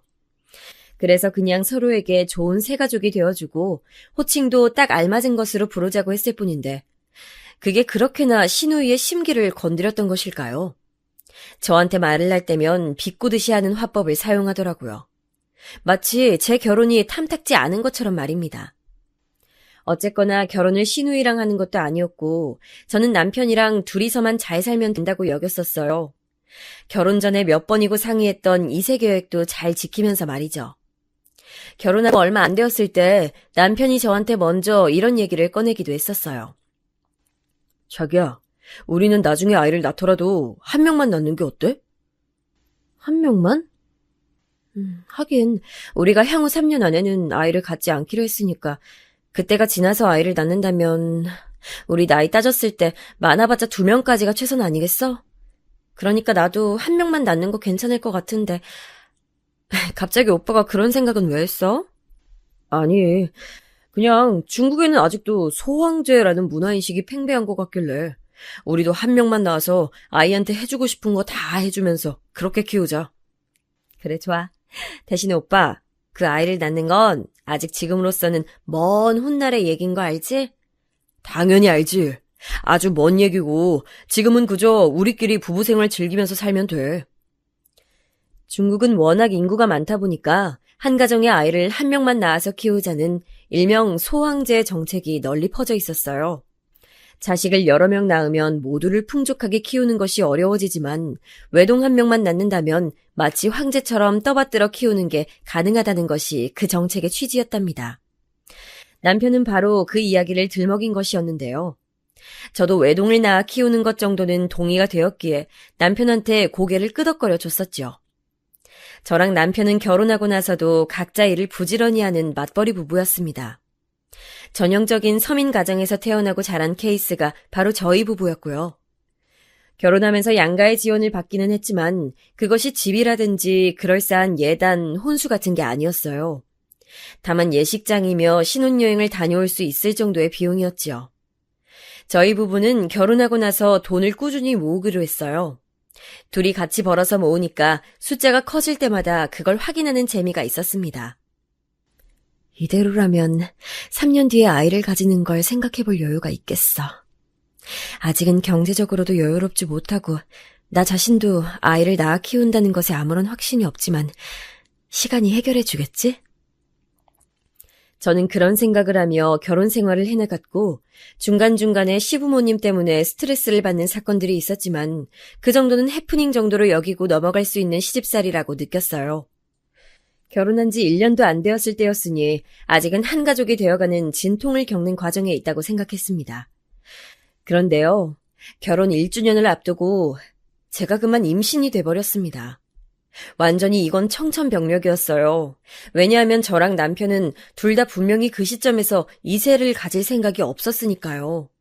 상의를 하고 또 얘기를 나누고 확실하게 계획을 세워뒀던 주제였습니다. 그런데 임신이라니 이건 말도 안 되는 거였어요. 몸 컨디션이 자꾸만 이상해서 병원을 갔다가 그 사실을 알게 되었을 때 진짜 하늘이 노래졌습니다. 아니에요, 선생님. 제가 임신이라니 그럴 리가 없어요. 저 아직 신혼인데 아이를 가질 계획이 없었던 것을요? 얼마나 조심하고 신경을 썼는데 제가 임신할 리가 없습니다. 확실해요. 그러니까 다시 한번 확인해 주세요. 환자분, 지금 이 결과보다 더 확실한 건 없어요. 환자분은 임신 상태가 맞습니다. 지금 몸 상태가 워낙 허약해져 있기 때문에 각별히 주의하시고요. 임신이 맞다고 확인 사살을 받던 순간에 너무 기가 막혀서 그냥 웃음이 나왔던 것 같아요. 남들은 그토록 임신을 부르짖으면서 갖은 애를 다 쓴다던데 어찌해서 임신이 필요하지 않았던 저희 부부에게 이런 소식이 날아들었던 것일까요? 기쁘지 않았어요. 솔직히 말해서 무서웠고 당황스러웠고 온몸에 식은땀까지 나는 느낌이었습니다. 여러 가지 잡생각이 떠오르면서 앞으로 어떻게 해야 할지 막막해졌어요. 분명히 남편도 저처럼 결혼하고 나서 3년 이내의 임신은 절대 사양이라고 했던 사람이었기에 이 사실을 어떻게 받아들일지 조금은 겁도 났었네요. 아니야. 차라리 내 남편도 나처럼 생각이 같다는 게 다행일 수도 있어. 둘 다 원하지 않는 아이잖아. 일단 대화를 잘 나눠보자. 저는 마음을 굳게 먹고서는 남편에게 제 임신 사실을 알렸습니다. 그런데 아주 놀라운 생각지도 못한 일이 벌어졌어요. 왜냐하면 제 예상과는 달리 남편이 엄청나게 기뻐하면서 난리였기 때문입니다. 임신이라고? 정말이야? 잘됐다. 너무 잘됐다. 이제 우리 아빠 엄마 되는 거네? 그렇겠지? 그런데 오빠 왜 이렇게 좋아해? 임신 소식에 좋아하지 않을 부부가 어딨어. 야, 내가 부모가 된다니 너무 감격스러워. 남편은 기뻐서 어쩔 줄을 몰라 했고 저는 그 모습을 보면서 기분이 가라앉았어요. 한참 후에야 그런 저를 발견하고 눈치챈 남편이 그제서야 표정 관리를 하더라고요. 제가 원치 않게 이른 임신을 하게 된 것이 너무 속상해 보여서 자기도 마음이 아프다고 말입니다. 그런데 그렇게 위로를 건네는 남편은 하나도 마음 아픈 사람처럼 보이지 않았어요. 그래서 제가 의심을 했던 것입니다. 여기엔 제가 모르는 내막이 숨겨져 있는 건 아닐까 하는 의심을 말이죠. 왜냐하면 저나 남편이나 분명히 나중에 임신을 하자고 했었고 그에 따라 정말 많은 주의를 기울여 왔었습니다. 그런데 그 모든 노력에도 불구하고 임신이 되었다고요? 이건 둘 중 하나였죠. 하늘이 내려준 기적이거나 아니면 사람이 부린 농간이거나. 정말 안타깝게도 밝혀진 진실은 후자였습니다. 우연히 남편이 말실수를 한 것을 잡아낸 제가 연속해서 캐물었고 결국 남편은 자기가 한 짓을 실토했어요. 저와의 약속을 지키지 않았던 거예요. 결국 제 임신은 남편의 농간 때문이었습니다. 둘 중에서 오로지 저만 결혼하고 3년 뒤에 아이를 갖자는 계획과 목표를 초기대로 유지한 채 지내온 것이었고 남편은 진작에 변절한 상태였지요. 미안해. 사실 우리 엄마가 빨리 손주를 보고 싶다고 자꾸만 보채셔서. 뭐? 지금 장난해? 왜 어머님 핑계를 대? 어머님께서 우리한테 애 언제 가질 거냐고 자꾸 닥달하시는 거 내가 다 쳐냈었잖아. 내가 어머님이랑 맞섰는데 계속 가만히 있던 오빠가 지금까지 고생하고 피해 입은 것처럼 갑자기 왜 어머님 얘기를 들먹이냔 말이야. 나도 어쩔 수 없어서. 아니, 자꾸 엄마가 그러잖아. 여자 나이 1살이라도 어릴 때 임신하고 애를 낳아야 그 애가 건강하다고. 결혼하고 나서 3년 뒤에 애 가질 생각이라고 해도 그때 가서 바로 임신된다는 보장이 어딨냐고 엄마가 나한테 그러는데 내가 그 앞에서 할 말이 없더라. 어머님 앞에선 할 말이 없고 내 앞에선 그 주둥이가 잘만 움직이고 오빠 진짜 웃기고 비겁한 사람이다. 오빠가 이렇게 찌질한 사람인 줄 몰랐어. 알았다면 결혼 안 했을 거야. 너 어떻게 그런 말을 할 수가 있냐. 너 지금 임신했고 애 아빠가 나야. 그런데 어떻게 결혼을 안 했을 거라느니 뭐니 그런 얘기를 할 수가 있어. 너 진짜 냉혈한이다. 우리 엄마는 네가 노산으로 고생할까 봐 하루빨리 임신하고 출산하라는 조언을 해줬을 뿐인데 지금까지 넌 계속 우리 엄마 말 무시하고 그걸 잔소리라고만 치부했었지? 너 그런 점에 대해서도 반성 안 하고 있지? 미쳤어? 내가 왜 반성을 해야 돼? 나이 30 넘어서 결혼하는 게 널리고 널린 요즘 세상이고 40 넘어서도 출산 잘만 하는데 무슨 노산 타령이야. 그리고 노산이건 말건 결혼 전부터 약속을 했었으면 그걸 지켰어야지. 오빠는 무슨 남자가 최소한의 의리도 없어? 원래 약속은 깨지라고 있는 거야. 사람 마음이란 원래 변하기 마련인 거고 너도 융통성을 좀 발휘해봐라. 그리고 이왕 이렇게 된 거 무조건 잘 낳아서 잘 키울 생각만 하면 안 되겠어? 우리끼리 계속 감정 싸움 벌여봤자 이득될 게 뭐 있다고. 진짜 분해서 미쳐버리는 줄 알았어요. 마음 같아서는 다 엎어버리고 싶었습니다. 그냥 일련의 과정들이 충격적으로 느껴졌고 남편이란 사람이 징그럽게까지 보였어요. 모두가 저를 속여왔다는 생각만 들었습니다. 임신했다는 소식을 저는 따로 알리고 싶지도 않았건만 남편이 자기 식구들한테 신나서 먼저 떠들었던 것도 그랬죠. 시어머니로부터 연락이 와서 알았어요. 앞으로 몸 조심하고 임신 기간 동안 마음 곱게 쓰라고 그렇게 말씀하신 걸 듣고 나서야 남편이 입을 나불댔다는 걸 알았습니다. 얼마나 짜증이 났는지 몰라요. 그때 시누이는 결혼해서 이제 막 신혼생활 중이었는데 눈치 없게 실이 저한테 임신 비결이 뭐냐고 물어보질 않나.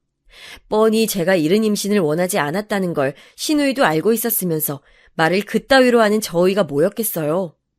저를 약올리는 것과 진배 없었습니다. 화가 나서 미치겠는데 결국은 제 뱃속에 아이가 들어있었으니 선택지가 제약된다는 현실에 너무 비참했어요. 제가 계속 화를 안 푸니까 남편이란 놈이 저를 달랜답시고 한 소리가 나중에 할 임신 조금 앞당겨서 한 것뿐인데 왜 이렇게 억울해하는 거야? 난 진짜 이해가 안 된다. 그렇게나 엄마 되는 게 싫어. 난 아이한테 좋은 아빠 되어줄 테니까 나만 믿으면 되는 거잖아, 어? 불난 집에 기름통 끼얹는 격이었습니다. 아주 저를 나쁜 사람으로 매도하려고 들더군요. 따지고 보면 저는 피해자인 셈이었는데 저를 자꾸만 은근슬쩍 못된 생각을 하는 사람으로 몰아가니까 이거 진짜 사람 미칠 노릇이었어요. 남편이랑 방 같이 쓰기 싫다고 제가 강경하게 나가서 남편이 한동안 거실 소파에서 잤었는데요. 어느 날 늦은 시각 신혼집에 난데없이 시어머니께서 들이닥치셨습니다. 어머님, 연락도 없이 이 야심한 시간에 웬일이세요? 여긴 어떻게 오셨고요? 어떻게 왔냐니? 택시 타고 왔다. 내가 내 아들하고 며느리 집에도 못 와보니? 아니, 그런 말씀이 아니라 이런 시각에 찾아오신 적이 한 번도 없었으니까 좀 놀라서 그랬어요. 혹시 무슨 일 있으세요? 없었는데 이젠 있는 것 같구나. 예? 어떤 일이 있으시길래요? 이거 지금 소파에 이불은 뭐니? 설마 이 좁은 거실 소파에 자려고 준비한 사람이 내 아들은 아니겠지? 멀쩡한 안방 침대 놔두고 거실로 쫓겨나던 자리한 사람이 내 아들은 아니냐고 묻잖아, 지금.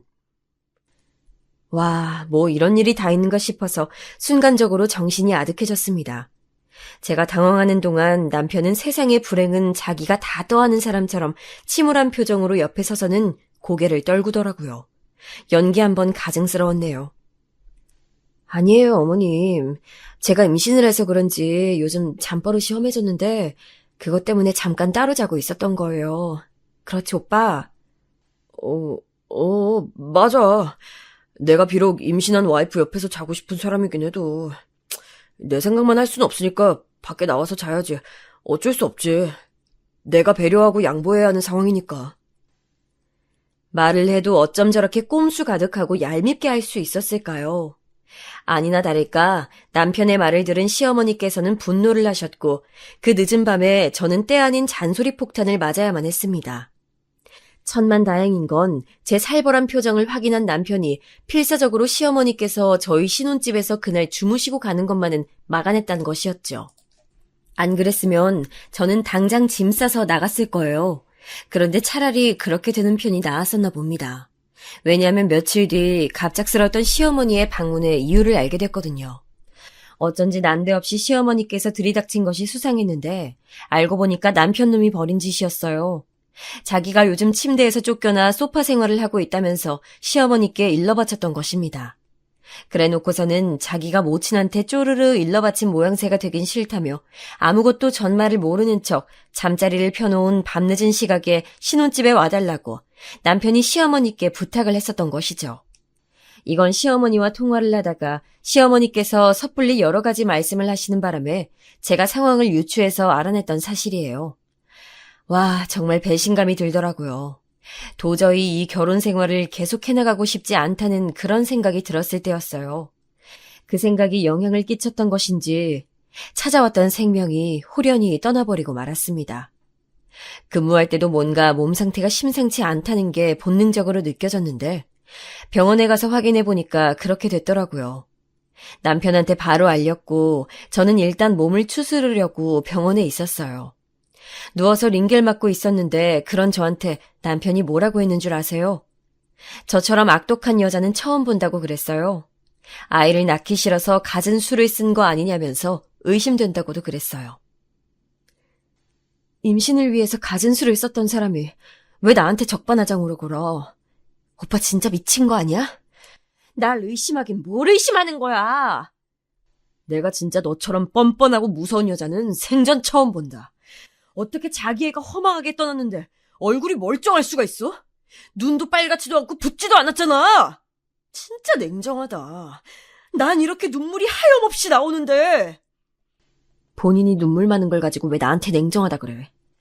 나야말로 오빠처럼 무서운 사람 처음 봐. 진짜 음침해. 이런 사람인 줄 내가 진작에 알아봤어야 했는데. 남편이랑 둘이 서로 네가 못났느니 잘났느니 하면서 유치하고 추악한 말싸움을 벌였었네요. 상황이 진화되고 나니까 참 우울해졌어요. 신중하게 한다고 한 결혼이었음에도 성급했구나라는 생각이 들더라고요. 저 스스로가 너무 어리석은 사람으로 느껴졌어요. 이런 사태로 인해 저희 부부가 이혼을 했냐고요?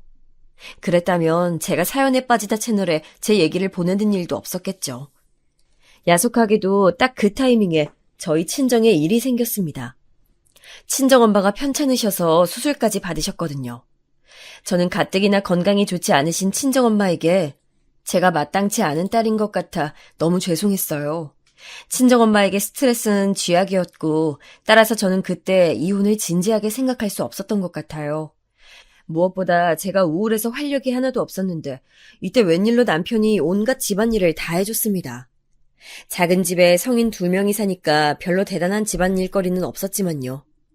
그래도 제 눈치 봐가면서 혼자 청소하고 제 속옷도 가져다가 손으로 박박 빨아서 건조대에 널어주고 알아서 냉장고에 과일 사다 놓는 것을 보면서 이래서 사람들이 구태여 결혼이 갈급하지 않아도 결혼을 하는 거구나 라는 생각을 했었네요. 나이 먹고 부모님이 세상 떠나고 형제들과 멀어지고 이러면 혼자 사는 게 두려워진다잖아요. 집에서 갑자기 쓰러지면 아무도 발견해줄 사람이 없고 혼자 병원에 실려가도 보호자가 없고 이런 상황들이 걱정이 되어서라도 결혼을 생각하게 된다는 말 실감이 된 적 없었는데 제가 몸과 마음이 너무 지치고 힘들 때 남편이 최소한의 자기 몫을 해주는 걸 보니까 그래도 혼자인 것보다는 낫다는 생각이 아주 조금은 들었습니다. 아프면 서럽고 서러울 때 내밀어진 손길은 크게 느껴진다잖아요. 저한테는 그 시기에 남편이 그랬었나 봅니다. 생각해보면 저한테 특별히 잘해준 것도 아니었건만 1인분도 못 해내던 사람이 제 눈치를 살피며 적어도 피해는 안 주고 있다는 사실만으로도 감격이었습니다. 이게 참 아이러니했네요.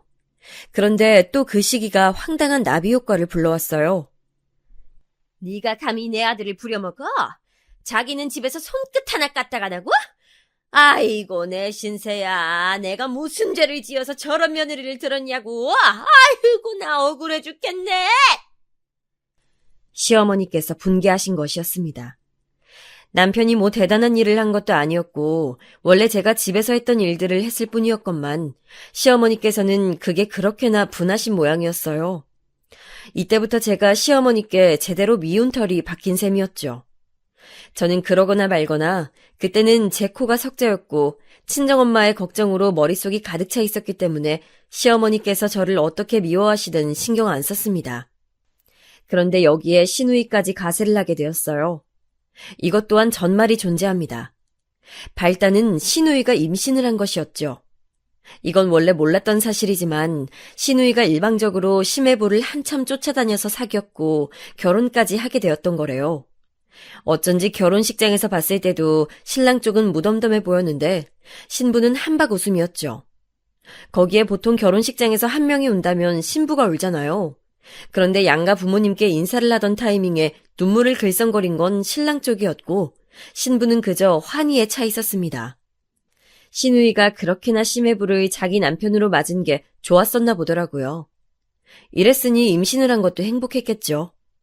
웃긴 건 가장 먼저 시누이의 임신을 알아차린 게 저였단 사실이에요. 무거운 발걸음으로 시댁에 갔었던 주말, 시누이가 시매부 없이 혼자 왔는데 약간 몸살 감기가 있는 것 같다고 했습니다. 자기 남편한테 감기 옮기기 싫어서 떼어놓고 왔다는 말을 듣고 어이가 없었죠. 그러면 뭐 다른 사람들은 그 감기 옮아도 된다는 것인가요? 그런 생각을 하고 있던 찰나에 마침 시누이가 저를 보면서 이런 말을 하는 거예요. 새언니, 그거 아세요? 감기는 원래 다른 사람한테 옮기고 나면 일찍 낫는데요. 낭설이긴 하지만 그럴싸하더라고요. 나한테 감기를 옮기고 싶은가 봐요. 장난이라도 굳이 왜 그런 말을 하는 건지는 모르겠는데. 아무튼 건강관리 잘하세요. 그리고 어쩌면 감기 아닐 수도 있으니까 검사 받아보시고요. 네? 감기가 아닐 수도 있다니요? 아까부터 저한테 증세를 이것저것 물어보시더니 혹시 뭐 짚히시는 거라도 있으세요?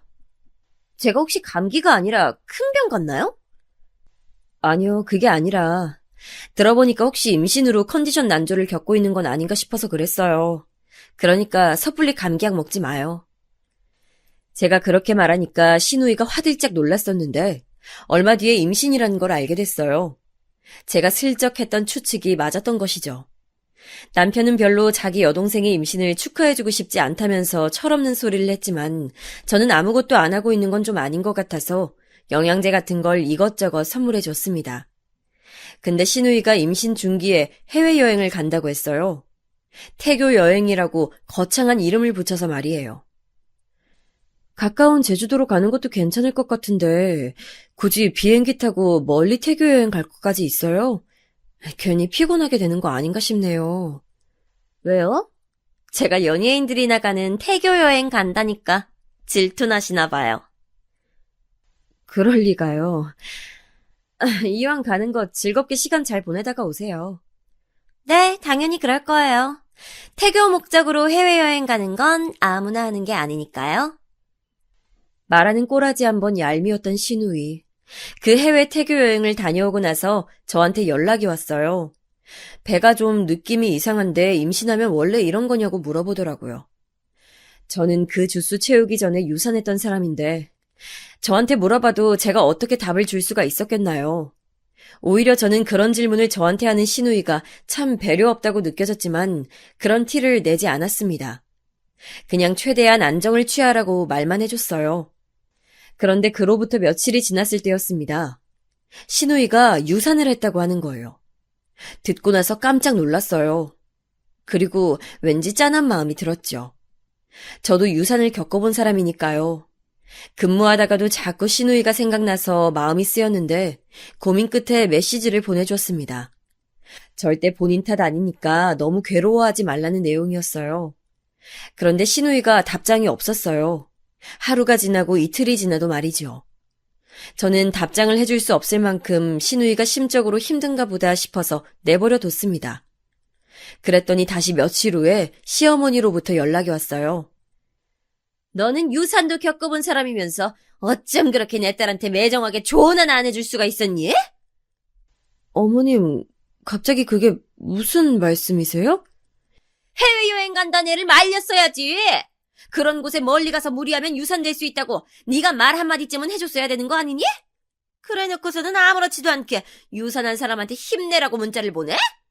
뻔뻔한 것도 정도가 있지. 아유, 너 아주 내 딸 유산됐다고 속으로는 고소해하고 있겠다. 어? 너도 한번 당해봐라 하는 마음이 있었던 거지? 비약이 심해도 너무 심했습니다. 이미 비행기표까지 다 끊어놨던 사람이었는데 거기서 제가 뭘 어떻게 했어야 한단 건가요? 그 비행기표 취소하고 숙소 예약도 위약금 밀어주고 다 취소하라고 제가 그렇게 깽판이라도 쳤어야 했을까요? 유산이 될지 안 될지 알지도 못하는데 제가 무슨 수로 그럴 수 있었겠냐고요. 그러니까 시어머니께서 하시는 말씀은 어불성설이었습니다. 그 뒤에는 신우이가 있었죠. 제가 보낸 메시지를 보고선 자기 딴에는 열이 받았었나 봐요. 약이 오른 모양이었겠죠.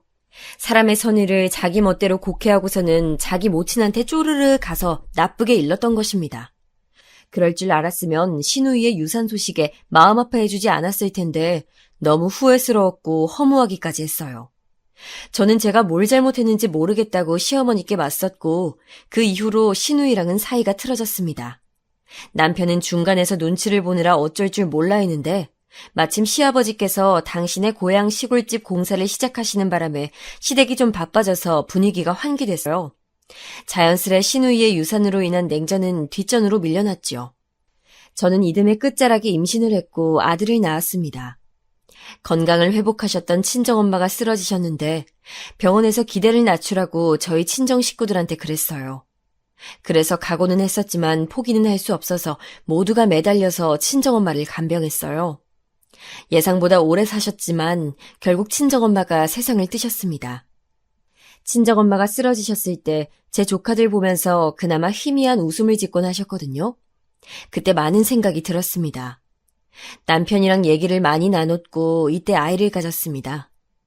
친정엄마는 기적처럼 저희 아이가 태어날 때까지 버티셨고 당신의 갓난 손자를 눈에 담으시곤 세상을 떠나셨어요. 같이 찍은 사진도 남아있고요. 정말 감사한 일이었습니다. 저희 아이의 돌잔치 때 신우이가 임신 초기라는 사실을 들어서 알게 됐어요. 그토록 기다렸던 다시 찾아온 생명일 텐데도 신우이가 어째 표정이 썩 밝지만은 않더라고요. 그러거나 말거나 저는 신경 안 썼습니다. 신우이는 딸을 낳았어요. 저희 부부보다 신우이네가 시댁과 좀 더 가까이 살았으므로 시어머니께서는 당신의 손녀를 자주 돌봐주시는 듯 했습니다. 저희 아이는 시어머니께서 도맡아 주신 적이 한 번도 없었고 제가 그걸 바란 적도 없었네요. 은근한 벽이 저와 시댁 식구들 사이에 세워져 있었어요. 시아버지께서는 오랜 시간 천천히 공을 들여 공사를 끝낸 시골집에서 1년에 한 7개월 정도는 지내셨던 것 같네요. 겨울에는 추워서 그쪽에서 안 지내셨지만 다른 계절에는 주로 그곳에 계시길 원하셨습니다. 특이한 건 시어머니께서는 그 시골집에 안 가고 싶어 하셨다는 거예요. 시어머니만 의견이 맞는다면 시부모님 두 분이서 시골 생활을 하시면 되었던 상황이었건만 시어머니께서는 도시 생활을 조금이라도 더 하고 싶다면서 고집을 피우셨죠. 세월이 흘러 저희 아이가 초등학교에 입학할 시기가 다가왔을 때까지도 그런 상황이었어요. 저도 드디어 학부모가 되는구나 싶어서 감개무량했던 때 우연히 건강검진을 받았다가 제 몸 상태를 알게 됐습니다. 이게 암이라고요? 그러니까 제가 유방암에 걸렸다는 거죠? 예, 유감스럽게도 그렇습니다. 가족력이 있다고 환자분께서 말씀을 해주셨던 것 같은데 아무래도 그랬을 가능성이 있네요. 저희 엄마가 돌아가실 때 다른 병으로 돌아가시기는 했지만 원래 시작은 유방암이었어요. 그리고 이모 할머니께서 유방암이셨고요. 생각해보니까 저희 작은 이모도 유방암 때문에 계속 검사받으면서 살고 계신 것 같네요. 멍하게 중얼거릴 때까지만 해도 실감이 안 됐던 것 같아요. 설마 아니 제가 암 환자가 될 줄이야. 아직 아이가 너무나도 어렸고 돌아가신 친정엄마를 하늘에서 뵙자니 그만한 불효가 또 없었습니다. 남편은 당장에 까무러쳤죠. 암? 유방암? 돌아가신 장모님도 예전에 유방암으로 고생하셨었다고 그랬었잖아. 이게 대체 웬일이냐? 이게 무슨 일이냐고. 마른 하늘에 날벼락이 따로 없네. 저한테 괜찮냐고 묻는다던가 우리 힘내자고 파이팅을 해준다던가 그런 것 하나 없는 남편이었습니다. 정말 매너 없고 멋대가리 하나 없는 남자였어요. 애가 아직 7살인데 엄마가 암에 걸리는 게 말이 되냐면서 그런 쓸데없는 하소연이나 제 앞에서 실컷 해댔죠. 그래도 암투병을 앞둔 저를 내친다거나 저버린다는 반응이 아닌 것에 위안을 삼아야 했던 걸까요? 왜냐하면 다른 두 사람에 비하자면 남편의 반응은 천사에 가까웠기 때문이에요. 바로 시어머니와 시누이 말이에요. 처음엔 제 소식에 많이 놀라길래 그냥 그런 줄로만 알았어요. 그런데 병원 들어가기 전에 밥을 따로 먹자고 저를 불렀을 때 그 자리에서 그 악독한 심정을 마주하고 말았습니다. 몸에 좋은 유기농 채소를 많이 먹자면서 그랬을 때 저는 쌈밥집에 가는 줄 알았어요. 그런데 도착해보니까 고깃집이더라고요. 고기 먹고 힘내서 암 이겨내셔야죠. 그래, 기력 회복에는 자고로 고기가 최고인 법이지. 뭐하냐? 어서 들지 않고. 두 사람을 보는데 이상하게 그런 느낌 있죠? 이 사람들이 나의 불행을 반기고 있는 듯한 그런 예감 말이에요. 그런 게 들었어요. 잘 넘어가지도 않는 고기를 먹으려니까 별로 안 내켰습니다. 그래서 깨작거리고 있는데 갑자기 시누이가 제 그릇 위로 고기 한 점을 휙 던져주는 거예요. 보니까 비계 부위였어요. 비계 많은 부위에다가 살코기는 아주 적었고 그마저도 오돌뼈가 박혀 있었습니다. 저는 시누이가 이걸 모르고 그냥 저한테 줬나 싶었습니다. 그런데 바로 이때 암 환자한테는 이런 게 좋죠. 부드러운 기름이 좀 들어가야 몸이 움직여지지 않겠어요? 차에도 기름을 넣어야 차가 굴러가잖아요. 그러니까 비계 쪽으로 많이 두세요. 시누이가 이런 말을 하는 겁니다. 그냥 말했으면 또 모르겠어요. 그런데 갑자기 자기가 말을 해놓고도 너무 웃겼는지 푸흡 하는 소리를 내면서 고개를 떨구더라고요. 그 옆에서는 시어머니께서 웃음을 꾹 참는 얼굴로 계셨고요. 그제서야 지극히 고의라는 것을 안 채가 젓가락을 내려놓았습니다. 재밌으세요? 저는 죽을지 살지 알 수 없는 암 환자인데 그런 사람 앞에서 그러고도 싶으세요? 안 창피하세요? 그리고 제가 뭘 잘못했다고 저한테 이러시는 거예요. 격양되려는 감정을 꾹 누르고 최대한 차분하게 말을 뱉었습니다. 그랬더니 두 사람 가증스럽게도 그럴 의도 없었다며 발뺌을 하더라고요. 하지만 제가 싸늘한 표정을 거두지 않자 이내 시누이가 진실된 입을 열었습니다. 그동안 내내 저의 존재가 거슬렸고 짜증이 났대요. 그래서 제가 암에 걸린 게 인과응보라고 생각하고 있다고 말을 하더라고요.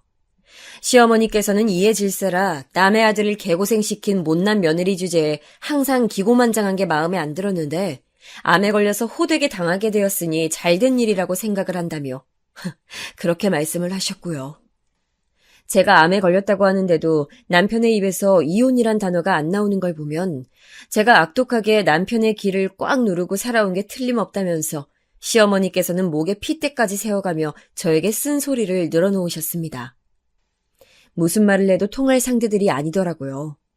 저급하고 너무 저열했어요. 그때까지 살면서 저는 남편이 참 못난 사람이라고 생각을 했었는데 자기 모친과 누이에 비하자면 본인은 양반이었더라고요. 그 추한 사람들 앞에서 눈물을 보이기는 싫었기에 저는 바로 자리를 떴고 그곳에서 멀어지고 나서야 헛구역질을 하면서 엉엉 울었습니다. 내가 이대로 암 때문에 죽더라도 그것들은 처단하고 떠난다. 절대 용서 못해. 나열할 수 없을 만큼 사실 그 두 사람 때문에 제가 많이 힘든 일이 있었어요. 그럼에도 저는 좋은 게 좋은 것이다 라는 마음가짐으로 그 두 사람의 행실을 굳이 지적하지 않았고 분란을 만들고 싶지 않아서 되도록 가만히 살아왔었습니다. 그런 저한테 본인들 멋대로 억하심정을 가진 후 그 못된 감정을 쏟아내다니요. 억울하고 분통했어요. 그동안은 저는 눈이 안 보이고 귀가 안 들리는 사람처럼 그 두 사람의 못된 언행을 넘겨주고 있었으나 이제 진짜 저의 정체를 드러낼 타이밍이었습니다. 그 누구보다도 집요하고 투지 넘치는 불도저 같은 사람. 이게 바로 진짜 저의 모습이었죠. 암에 걸렸다는데 뭐가 무섭고 망설여질 게 있었겠나요? 저는 바로 그 두 사람의 뒷조사에 들어갔습니다. 양심의 가책 따위는 들지 않았고 거금을 쓰는 것도 꺼려지지 않았어요. 내심 짚히는 구석들이 있었기에 그걸 중점으로 뒷조사에 들어갔고요. 결국 저는 원하던 정보를 손에 쥘 수 있었답니다. 지독한 항암 치료 가운데서 저의 정신력을 지탱해 주었던 건 공교롭게도 그 두 사람의 몰락을 보고 싶단 욕망이었어요. 그러던 어느 날 신우이의 남편인 저희 심해부는 모르는 번호로부터 메시지 한 통을 받게 됩니다. 네 딸의 친부는 네가 아니야. 검사를 해보면 알게 될 거야. 앞뒤 잘라먹은 내용이었지만 전하고자 하는 바는 정확했지요. 그리고 이건 바로 먹혀들었어요. 심해부가 친자검사를 신우이 몰래 실시했거든요. 결과는 제가 타인을 통해 흘린 정보대로 심해부와 시족하는 부모-자식 관계가 성립하지 않았습니다. 심해부가 뒤집어졌죠. 당장 이혼을 선언했대요. 신우이는 울며 불며 난리를 치다가 혼절까지 했었다고 합니다. 생김새로도 유추해내기 쉽지 않았고 혈액형도 문제 없었기에 아마 신우이는 들킬 일이 없을 거라고 생각했을 거예요. 하지만 저는 이전부터 의심하고 있었습니다. 왜냐하면 저희 아이 돌잔치에서 본 신우이의 표정, 임신을 축하한다고 집안 사람들이 인사를 건네왔을 때 신우이의 얼굴에 스쳐간 표정은 분명히 불안이었습니다. 저는 그걸 내도록 마음에 담아두고 있었는데 어느 날 시댁에서 이런 얘기를 들어버렸어요. 시아버지께서 시골집에 가 계셨고 안방에서 시어머니와 신우이 둘이 대화 중이었는데 제가 도착한 걸 두 사람이 모르고 이야기를 나누고 있었습니다. 내가 유산했을 때 나보다 안 슬퍼하는 걸 보고 너무 속상해서 그랬어. 나는 이 남자를 항상 더 사랑해왔는데 이 남자는 왜 나를 그렇게까지 안 사랑할까 이 생각이 드니까 미치겠는 거야. 그래서 나도 모르게 욱하는 심정으로 불장난 저질렀던 거고 지금은 후회해. 아유 이거사. 하여간에 조심 좀 할 것이지. 어? 너는 내가 용의주도한 걸 보고도 배우는 게 없어? 엄마가 진짜 대단하긴 하셔. 우리 엄마처럼 바람 피우면 전국에 바람 걸리는 부부는 단 한 쌍도 없을 거야. 그 엄청난 대화를 저는 내내 속에 담아두고 있었어요. 그랬는데 시조카한테 쌍꺼풀이 없는 걸 보고는 혹시 싶었던 것이었죠. 왜냐하면 신우이랑 심해부는 둘 다 쌍꺼풀이 있었거든요. 시댁 식구들은 저희 남편도 그렇고 친척들까지 죄다 쌍꺼풀이 있기 때문에 이쪽으로 강한 유전자를 가지고 있습니다. 그런데 시조카가 쌍꺼풀이 없다는 건 이상했죠. 신우이는 결국 심해부한테 버림받았습니다. 잘못된 일탈이었을 뿐 신우이가 심해부를 진심으로 사랑하고 있다는 건 알고 있었어요. 하지만 저는 칼을 뽑아들었으니 벨 수 있을 만큼 다 벨 작정이었습니다. 오히려 저는 심해부한테 신우이가 저를 향해 날렸던 폭언들을 전해주면서 쐐기를 박아버렸어요. 심해부는 뒤도 안 돌아보고 신우이를 버렸습니다. 아이 아빠가 누군지 모른다는 신우이의 충격 발언에 시아버지께서는 거의 졸도를 하셨는데 죄송하게도 제가 거기에 더 불을 지펴버렸어요. 시어머니의 바람난 증거를 시아버지 시골집으로 붙여버렸거든요. 어째서 시어머니께서 시골로 내려가길 그토록 거부하셨던 것인지 시아버지께서는 그 진실을 알게 되셨죠. 시어머니의 바람 상대는 역시나 유부남이었고 그쪽에서는 되도록 꼬리를 잘라버리길 원하셨죠. 시아버지는 재산의 한 푼도 내어주지 않은 채 시어머니를 쫓아내버렸습니다. 시어머니께서는 낙동강 오리알 신세가 되셨어요. 당신보다 더 못한 처지에 몰린 딸에게 가실 수밖에 없었죠. 시어머니, 시누이, 시조카 셋이서 월세집 생활을 시작했습니다. 그런데 얼마 지나지 않아서 서로 싸우고 난리였나 봐요. 좁은 집에서 애까지 돌보며 지내려니 자연히 짜증이 늘었겠죠. 게다가 시조카는 천성적으로 타고나길 말썽쟁이였거든요. 돌보기 벅찼을 겁니다. 남편은 우리가 도와줘야 한다면서 개소리를 해댔지만 저는 그걸 무시했어요. 나 아직 암 환자야. 이런 사람한테 어떻게 남을 도우라고 할 수가 있어? 나 스트레스로 세상 하직하는 꼴 보고 싶어? 우리 엄마랑 동생이랑 조칸데 남은 아니잖아. 그럼 너도 너네 엄마랑 동생처럼 이혼당할래? 잔말 말고 우리 아들이나 잘 챙겨. 남편은 할 말이 많은 눈치였지만 암 환자라는 방패를 뚫을 수는 없었습니다. 저는 결국 암을 이겨냈고 건강 핑계와 아이 교육 환경 핑계를 대면서 멀리 이사를 갔어요. 한 차례 다시 병원 신세를 지긴 했었으나 현재는 완치 판정을 받은 상태랍니다.